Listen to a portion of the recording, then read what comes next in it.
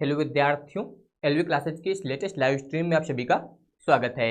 तो आज के इस लेक्चर में आप लोग यहाँ पर जो है फिजिक्स के दूसरे चैप्टर यानी कि मात्रक और मापन के जो है कुछ अन्य टॉपिक पढ़ने वाले हैं। इसके पहले जो है आपने विमा के बारे में पढ़ा था, यानी कि विमा क्या होती है इसके बारे में आपको बताया गया था।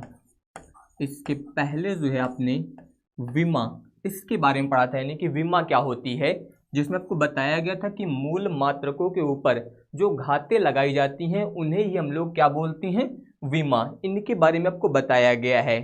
चलिए, तो यहाँ पर हम लोग बात कर रहे हैं विमा। विमा होती क्या है इसके बारे में आप सभी को पहले से बता दिया गया है। आज यहाँ पर जो है आप लोग इसमें पढ़ने वाले हैं विमाओं के उपयोग यानी कि यूजेज ऑफ डायमेंशंस। बहुत ही इंपॉर्टेंट है क्योंकि अक्सर जो है आपको इससे संबंधित क्वेश्चन जो है पेपर में देखने को मिलेंगे, क्योंकि क्लास 11th में जो है इस टॉपिक से आपको एक क्वेश्चन अक्सर देखने को मिल जाएगा, क्योंकि इसके उपयोग में जो है आपको न्यूमेरिकल से संबंधित क्वेश्चन मिलेंगे। ठीक है, तो आप सभी को जो है यहाँ पर इन्हें अच्छे से तैयार करना है। जैसे कि अगर हम लोग विमाओं के उपयोग की बात करें तो यहाँ पर जो है इनका उपयोग कहाँ पर किया जाता है ये आप सभी को पहले पता होना चाहिए। तो यहाँ पर अगर हम लोग उपयोग की बात करें तो आपको पता होना चाहिए कि कौन कौन से इसके उपयोग हैं। सबसे पहला तो आप लोग याद रखिएगा कि मात्रकों की पद्धति बदलने में, यानी कि आप बता सकते हैं यहाँ पर मात्रकों की पद्धति बदलना, मात्रकों की पद्धति बदलना एक ये उपयोग है।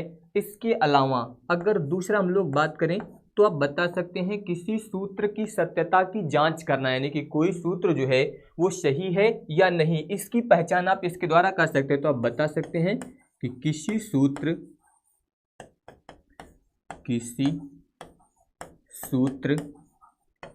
की सत्यता की जांच करना, सत्यता की जांच करना एक ये इसका उपयोग है। इसके अलावा अगर हम लोग बात करें तो तीसरा आप लोग याद रखिएगा यहाँ पर कि विभिन्न भौतिक राशियों में जो है संबंध स्थापित करना। चलिए देखिए, यहाँ पर आपको दो उपयोग बताया गया। तीसरा आपको क्या बताया गया कि विमाओं के उपयोग की सहायता से किसी भी भौतिक राशि में जो है आप संबंध स्थापित कर सकते हैं। तो आप बता सकते हैं कि विभिन्न भौतिक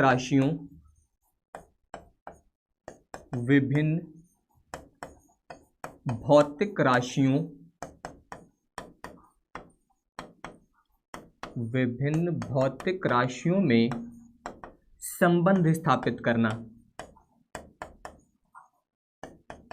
संबंध स्थापित करना। देखिए यहाँ पर जो तीनों उपयोग बताए गए हैं, इन तीनों उपयोग पर जो है आपसे न्यूमेरिकल टाइप के क्वेश्चन आएंगे और अक्सर आपको कक्षा 11 में जो है इससे संबंधित क्वेश्चन देखने को जरूर मिलेंगे। तो यहाँ पर ध्यान दीजिए, आपको बताया गया कि विमाओं के उपयोग कौन कौन से हैं। पहला तो आपको मात्रकों की पद्धति बदलने में इसका उपयोग किया जाता है। इसके अलावा किसी सूत्र की सत्यता की जांच करने में इसका उपयोग किया जाता है। इसके अलावा विभिन्न भौतिक राशियों में संबंध स्थापित करने में भी जो है इसका उपयोग किया जाता है। अब इन सभी पर आपको डिटेल्स में पढ़ना है, आपको इनकी एग्जाम्पल पढ़ने और उन्हीं की सहायता से आप समझ जाएंगे। जैसे कि सबसे पहले आपको क्या बताया गया, मात्रकों की पद्धति बदलना। इसका मतलब है एक पद्धति के मात्रक को जो है किसी दूसरी पद्धति के मात्रक में बदलना। तो सबसे पहला आपको बताया गया यहाँ पर कि एक पद्धति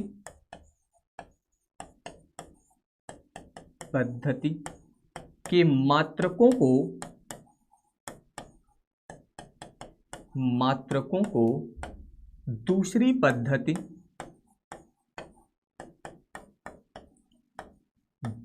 पद्धति के मात्रकों में बदलना, के मात्रकों में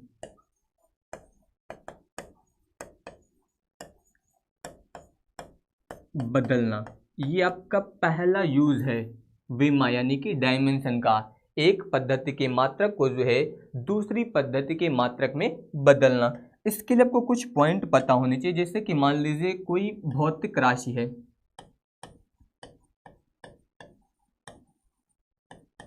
भौतिक राशि। अब कोई भी भौतिक राशि है, आपको इस भौतिक राशि के मात्रक को जो है एक पद्धति से दूसरी पद्धति में बदलना है। इसके लिए आप ध्यान दीजिए, यहाँ पर जो है आपको भौतिक राशि के मात्रक को जो है एक पद्धति से दूसरी पद्धति में बदलना है। इससे अब आप समझिए किस तरीके से आप यहाँ पर इसे चेंज करेंगे। तो यहाँ पर जो है एक पद्धति से दूसरी पद्धति में बदलना है। इधर हम लोग मान लेते हैं प्रथम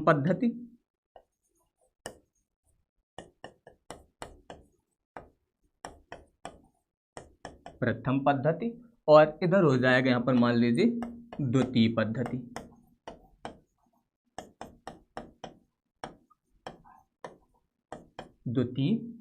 यहाँ पर मैं आपको ग्राफ के द्वारा समझा दे रहा हूँ ताकि आपको ये टॉपिक जो है बहुत ही अच्छे से क्लियर हो जाए और बाद में किसी को कोई समस्या ना आए।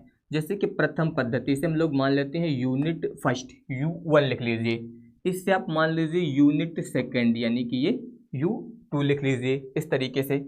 इसके अलावा आपको जो विमीय सूत्र बताए गए हैं, जैसे कि मान लीजिए आपको यहाँ पर विमीय सूत्र लिखना हो तो सबसे पहले ध्यान दीजिए, आपको बताया गया M लिखते हैं, इसके अलावा L लिखते हैं, यहाँ पर हो जाएगा M, L और T।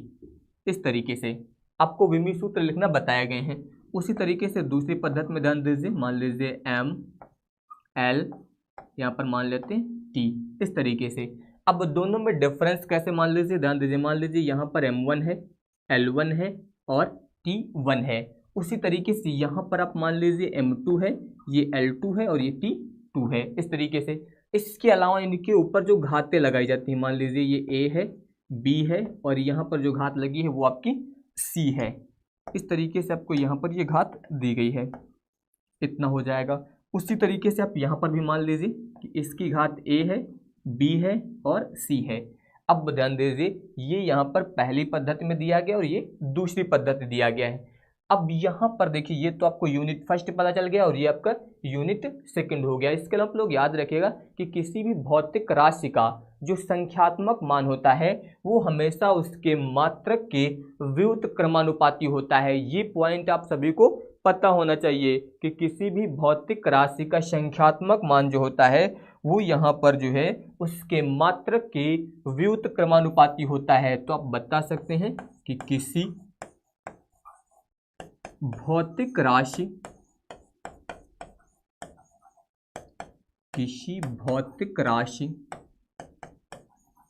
का संख्यात्मक मान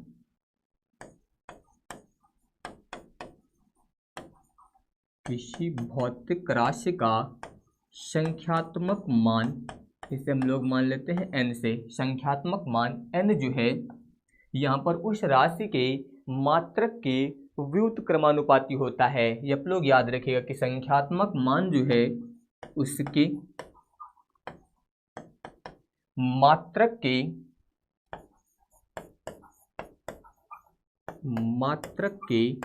व्युत्क्रमानुपाती क्रमानुपाती होता है।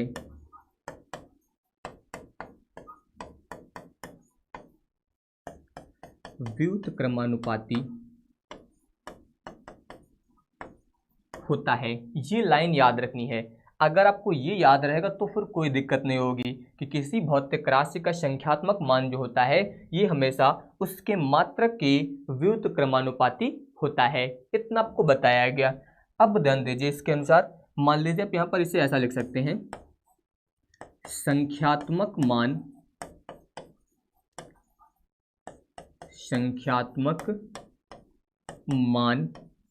प्रोपोर्शनल टू 1/, मात्रक। आप ऐसा लिख सकते हैं, यानी कि जो संख्यात्मक मान होता है वो मात्रक के व्युत्क्रमानुपाती क्रमानुपाती होता है। जब भी व्युत्क्रमानुपाती क्रमानुपाती शब्द यूज होगा तो वो हमेशा यहाँ पर बट्टे में आएगा। अब ध्यान दीजिए, संख्यात्मक मान को आप लिख सकते हैं n से, प्रोपोर्शनल टू 1/, मात्रक यानी कि यूनिट, ये आपका ऐसा हो जाएगा।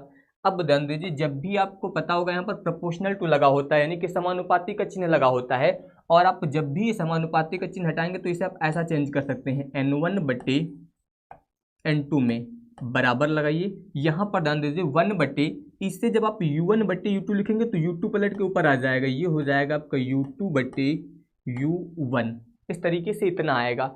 अब देखिए अगर इसका आप इधर गुणा कर देते हैं तो ये हो जाएगा N1 U1, इधर इसका गुणा करिए N2 U2, इतना हो गया। अब U1 और U2 इनके मान पता है आपको, ये यानी कि ये मात्रक की एक पद्धति से दूसरी पद्धति में बदलना है। तो अब आपको यहाँ पर मात्रकों के स्थान पर जो है इनके विमीय सूत्र लिखने हैं। तो अब आप बता सकते हैं यहाँ पर कि अब मात्रकों के स्थान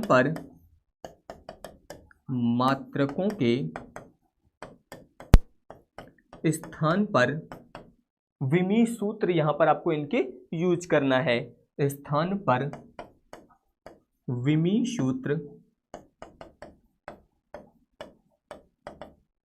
स्थापित करने पर या फिर बोल सकते हैं यहाँ पर रखने पर।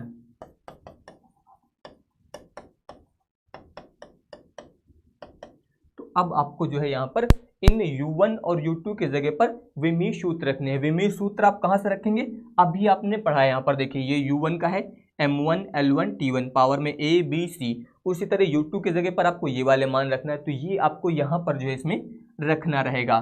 तो यहाँ पर ध्यान दीजिए ये हो जाएगा N1, इसके बाद U1 दिया गया, इसकी जगह पर आप ऐसा लिख सकते हैं M1 की पावर A, L1 की पावर A 1 और B हो जाएगा, फिर इसके बाद T1 की पावर 1 और C, इतना हो गया। इसके बाद देखिए बराबर यहाँ पर हो जाएगा N2 U1, यहाँ पर U2 दिया गया। अब इसकी जगह पर मान रखेंगे जो भी आपको बताया गया था। यहाँ पर हो जाएगा आपका M2 की पावर A, इसके अलावा L2 की पावर A, यहाँ पर पावर में हो जाएगा B, और इसके अलावा T2 की पावर में हो जाएगा C। इस तरीके से यहाँ पर इतना आ गया। अब अगर आपको यहाँ से मान लीजिए इस N2 का मान चाहिए, यहाँ पर आपको N2 का मान अगर चाहिए तो ये वाला मान आपका इधर आएगा। तो यहाँ पर ध्यान दीजिए ये दिया गया है आपको N1, इतना हो जाएगा। इसकी जगह पर ध्यान दीजिए M1 की पावर A, L1 की पावर B और T1 की पावर C, इतना हो जाएगा बट्टे ये वाली संख्या इधर इसके बट्टे में आएगी, क्योंकि आप N2 ज्ञात करें, जब ये ज्ञात करेंगे तो ये वाली संख्या इधर बट्टे में आएगी। तो इसका मतलब यहाँ पर हो जाएगा M2 की पावर A, L2 की पावर B और T2 की पावर C, इतना आ जाएगा। अब आपको यहाँ पर जो है ये N2 का मान इतना मिल गया। इसी की सहायता से आगे आपको N2 ज्ञात करना है। अब देखिए कैसे आपको ज्ञात करना है। यहाँ पर जब यहाँ से आप N2 ज्ञात करेंगे तो इसे किस तरह लिख सकते हैं, यहाँ पर हो जाएगा N2 बराबर ये आपका हो जाएगा N1। अब देखिए M1 M2 दोनों की पावर A दी गई है, इससे आप ऐसा लिख सकते हैं M1 बट्टे M2 इस तरह से, और पावर इसकी हो जाएगी A, इस तरीके से लिख दीजिए M1 बट्टे M2, पावर दोनों की A थी, इतना हो जाएगा।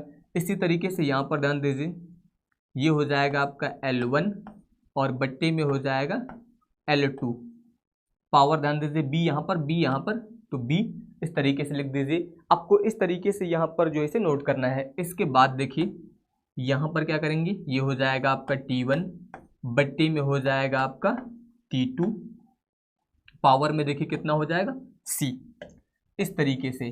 तो यहाँ से आपको ये फॉर्मूला मिल गया, यानी कि ये जो है अब मात्रकों की पद्धति बदलने के लिए आपको एक फॉर्मूला मिल गया है। N2 यहाँ पर जो है ये दूसरी पद्धति का मात्रक मान लीजिए, और ये आपका पहले पद्धति का यहाँ पर मात्रक मान लीजिए N1 बताएगा। तो ये आप लोग याद रखिएगा। इस सूत्र की सहायता से जो है अब आप यहाँ पर मात्रकों की पद्धति को चेंज कर सकते हैं। चलिए इससे संबंधित एक एग्जाम्पल हम लोग देखते हैं। यहाँ पर जो है इससे संबंधित एक उदाहरण, यानी कि जब एग्जाम में क्वेश्चन आएगा इससे संबंधित तो किस प्रकार से आएगा, वहाँ पर आपको ये तो ज्ञात नहीं करना रहेगा, वहाँ पर आपको कोई मात्रक दिया जाएगा और उसे जो है बोला जाएगा कि इसे एक पद्धति से दूसरी पद्धति में चेंज करिए। जैसे कि मान लीजिए आपसे बोल दिया जाए कि 1 जूल को अर्ग में बदलिए।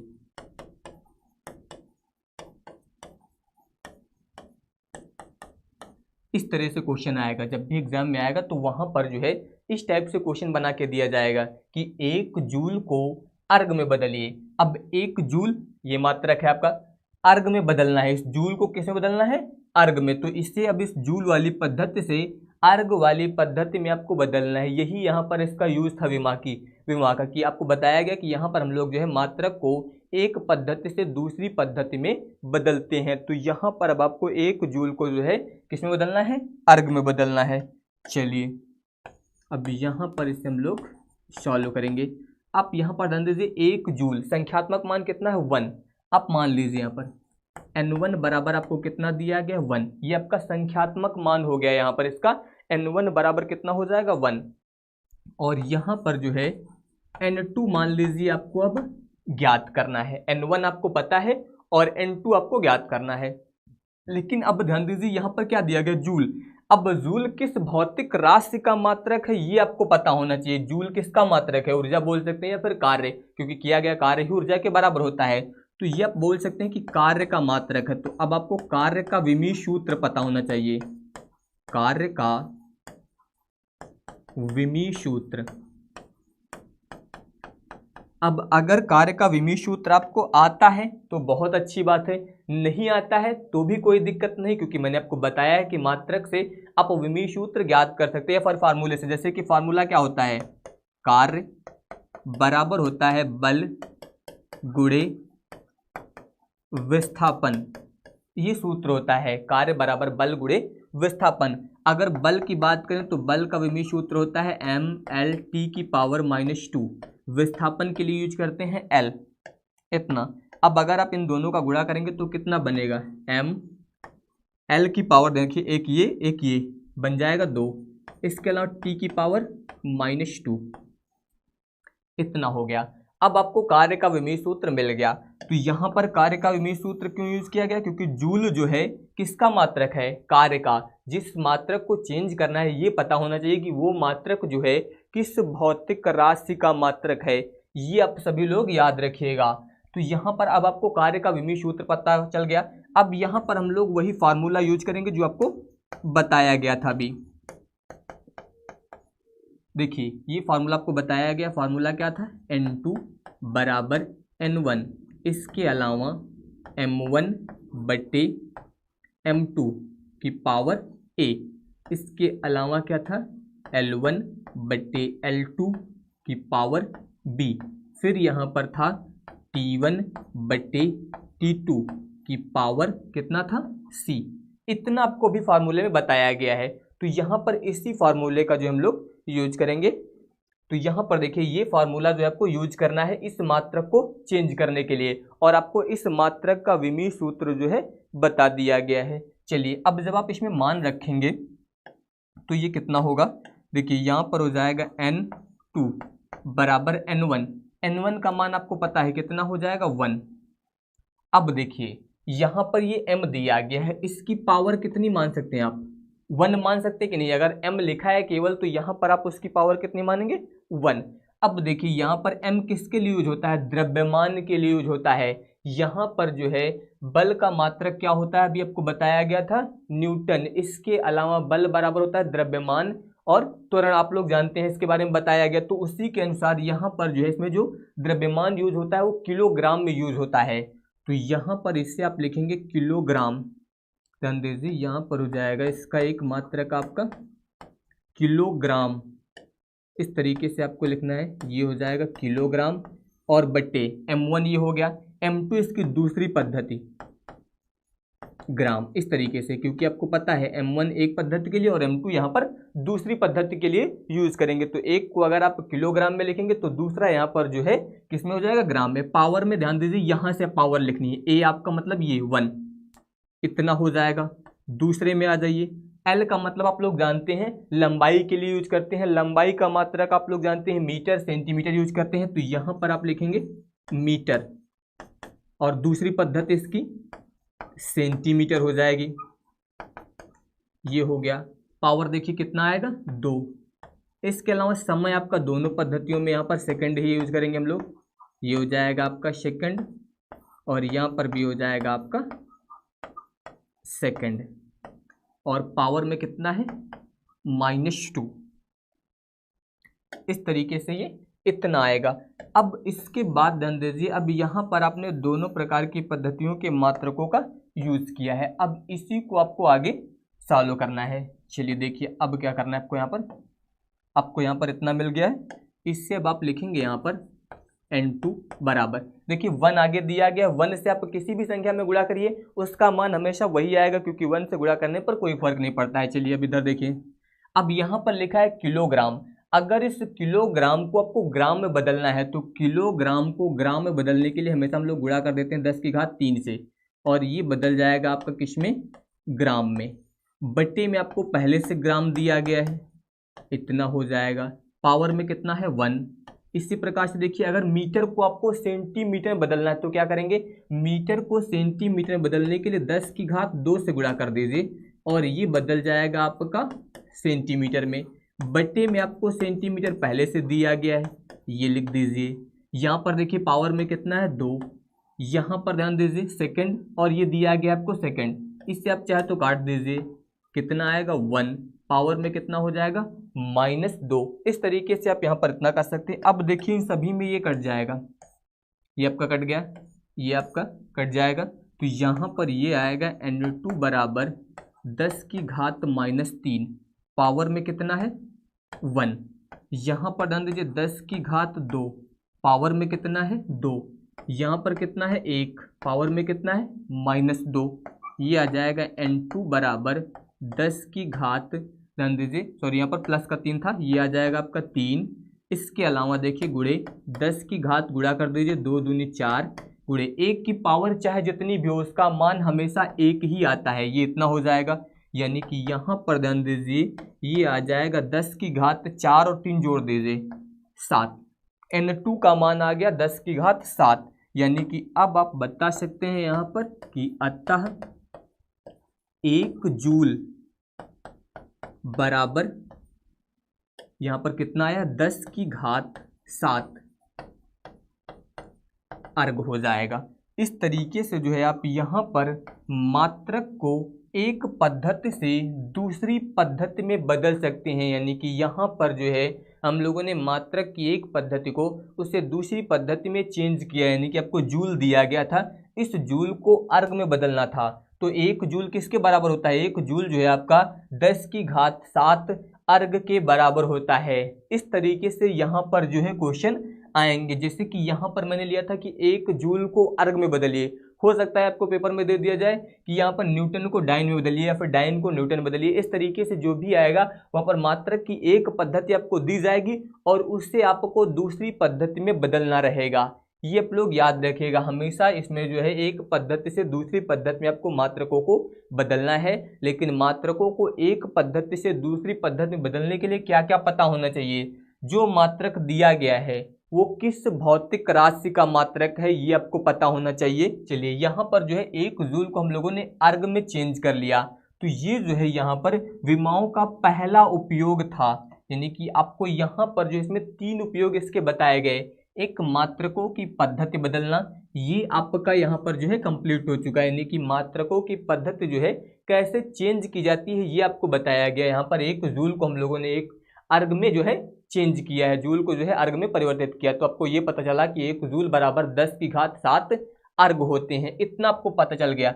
अब इसके अलावा दूसरा क्या है, किसी सूत्र की सत्यता की जांच करना, इसके अलावा विभिन्न भौतिक राशियों में संबंध स्थापित करना। ये दोनों जो है बहुत ही इंपॉर्टेंट हैं और ये दोनों मैं आपको जो है कल की क्लास में कंप्लीट कराऊंगा। ठीक है, ये आज आपका कंप्लीट हो चुका है, ये दोनों कल की क्लास में कंप्लीट कराए जाएंगे। आप सभी लोग जो है चैनल को सब्सक्राइब कर लीजिए, इसके अलावा नोटिफिकेशन बेल भी प्रेस कर लीजिए ताकि अगली सभी वीडियो का नोटिफिकेशन जो है आप सभी के पास पहुंच जाए। क्योंकि अब जो है डेली आप सभी की क्लास 11th की क्लासेस जो है वो लगभग डेली 5 बजे या फिर 5:30 बजे से स्टार्ट कर दी जाएंगी। तो आप सभी लोग जो है चैनल को सब्सक्राइब करके नोटिफिकेशन बेल जो है प्रेस कर लीजिएगा। आज की क्लास मैं यहीं पर एंड करूँगा। धन्यवाद।